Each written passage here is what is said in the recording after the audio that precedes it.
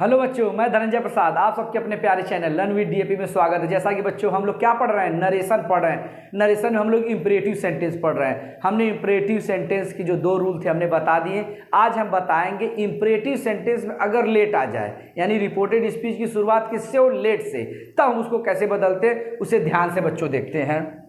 क्या दिया है, नरेशन, डायरेक्ट से indirect, imperative sentence. Imperative sentence में आए हुए लेट को बदलने के नियम ध्यान से देखिए बच्चों। यदि लेट वाले वाक्य में प्रस्ताव का बोध होता है तो साधारण लेट के साथ क्या आता है, अस का भी आता है। उसके साथ क्या आता है, अस भी आता है। अब इनडायरेक्ट बनाने के नियम क्या है, रिपोर्टिंग वर्ब के साइड को किस में बदलते हैं, प्रपोज्ड या सजेस्टेड में बदलते हैं बच्चों। दूसरी बात, इसमें कंजक्शन दैट ही रहेगा। इन्वर्टेड कामा हटाएंगे, तुरंत दैट लगाएंगे, लेकिन दैट के बाद हम क्या लगाएंगे, वी शुड या दैट शुड लिखेंगे। इस पे हमने बच्चों 2 एग्जाम्पल लिया, इसे ध्यान से देखिए।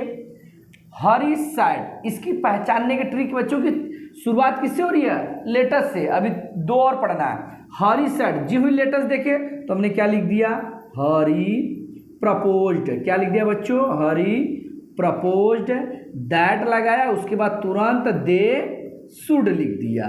क्या लिख दिया, दैट दे शुड। और लेटस को क्या कर दीजिए, हटा दिए। लेटस को क्या कर दिए, हटा दिए, बाकी लिख दीजिए प्ले द मैच।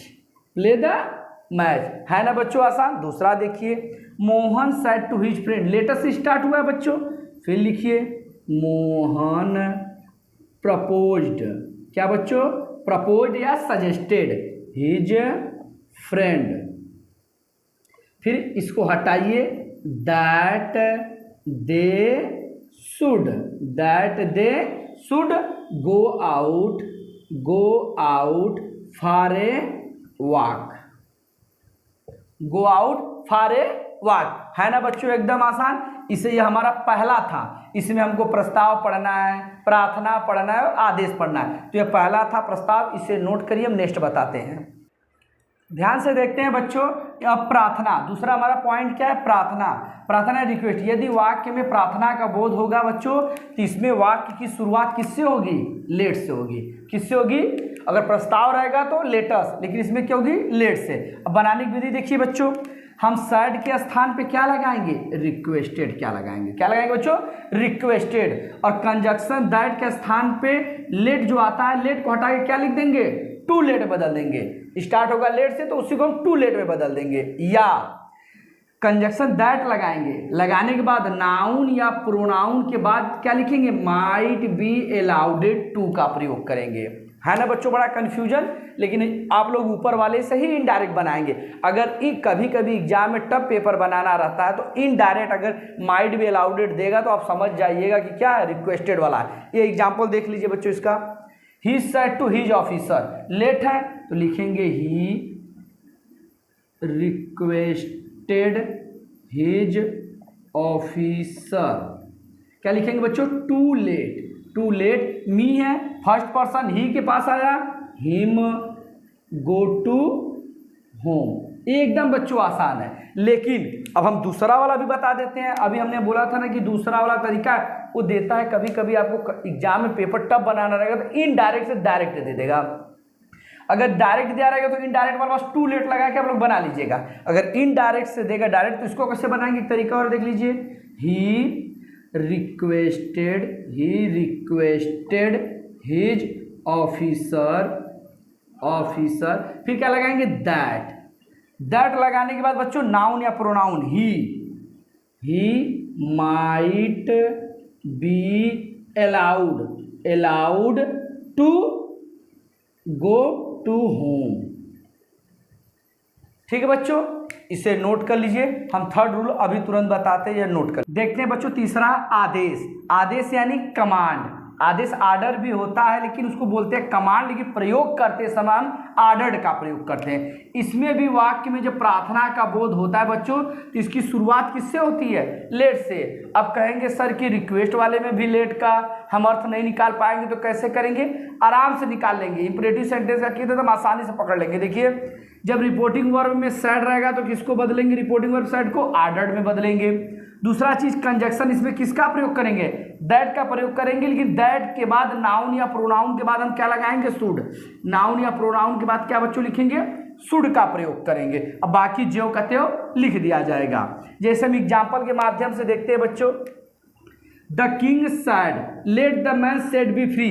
राजा क्या कर रहा है, तुरंत इस व्यक्ति को, इस मानव यानी इस व्यक्ति या आदमी को आजाद कर दिया जाए। तो ध्यान से देखिए, तो लिखेंगे द किंग, भाई राजा है तो ऑर्डर ही देगा, ऑर्डर्ड, इसमें राजा रहेगा, उसके बाद ऑफिसर रहेगा, आराम से आप पहचान लेंगे। द किंग ऑर्डर्ड, फिर क्या लगाएंगे बच्चों, दैट।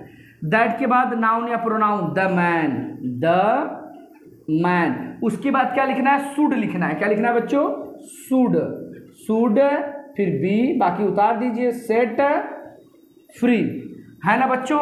यह हमारे तीन थे, क्या थे, एक हमारा आदेश वाला था, एक रिक्वेस्ट वाला, एक प्रस्ताव। लेकिन बच्चों एक आता लेट दियर शुड भी, चाहे वो आर्डर में भी आता, रिक्वेस्ट में भी आता है, एडवाइस में भी आता है। एक छोटा सा वो भी सोच रहे इसी में बता दें, उसे भी देख लीजिए, फिर हम कल से ऑप्टेटिव पढ़ाएंगे। इससे पहले इसको नोट करिए तो वो भी बता दें। ध्यान से देखते हैं बच्चों, हमारा ये नोट तौर पे हम इसको कहते हैं नोट। इसे ध्यान से देखिए, यदि वाक्य में प्रार्थना या सलाह, ये दोनों हो सकते हैं, प्रार्थना भी हो सकता है, सलाह भी हो सकता है, का बोध हो, तो रिपोर्टेड स्पीच की शुरुआत किससे होगी, लेट दियर बी से। किससे होगी, late there B.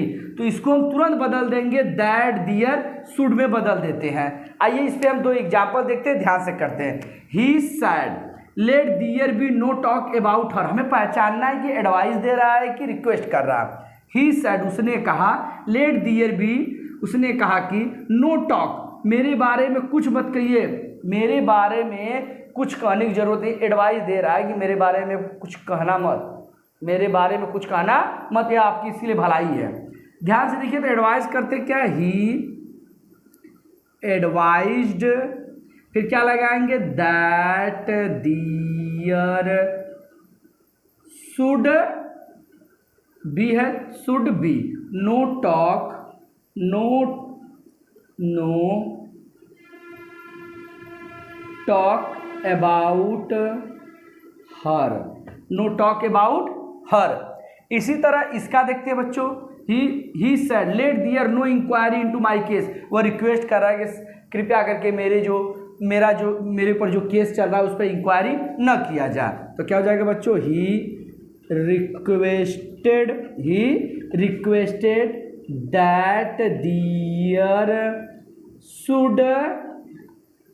Their should be no inquiry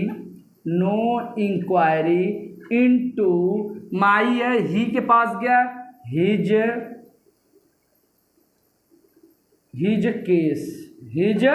case. ठीक है बच्चों, इसे नोट कर लीजिए। हमारा यह आज इंपरेटिव सेंटेंस भी समाप्त हो गया। इंपरेटिव सेंटेंस में हमने नॉर्मल भी बता दिया, लेट वाले भी हमने प्रयोग करके बता दिए। कल बच्चों हम पढ़ाएंगे आप लोगों को ऑप्टेटिव सेंटेंस। चलिए बच्चों, अगर वीडियो अच्छा लगा हो तो लाइक शेयर कमेंट ना करना भूलें। चलिए आज के लिए इतना ही काफ़ी है। Thank you so much.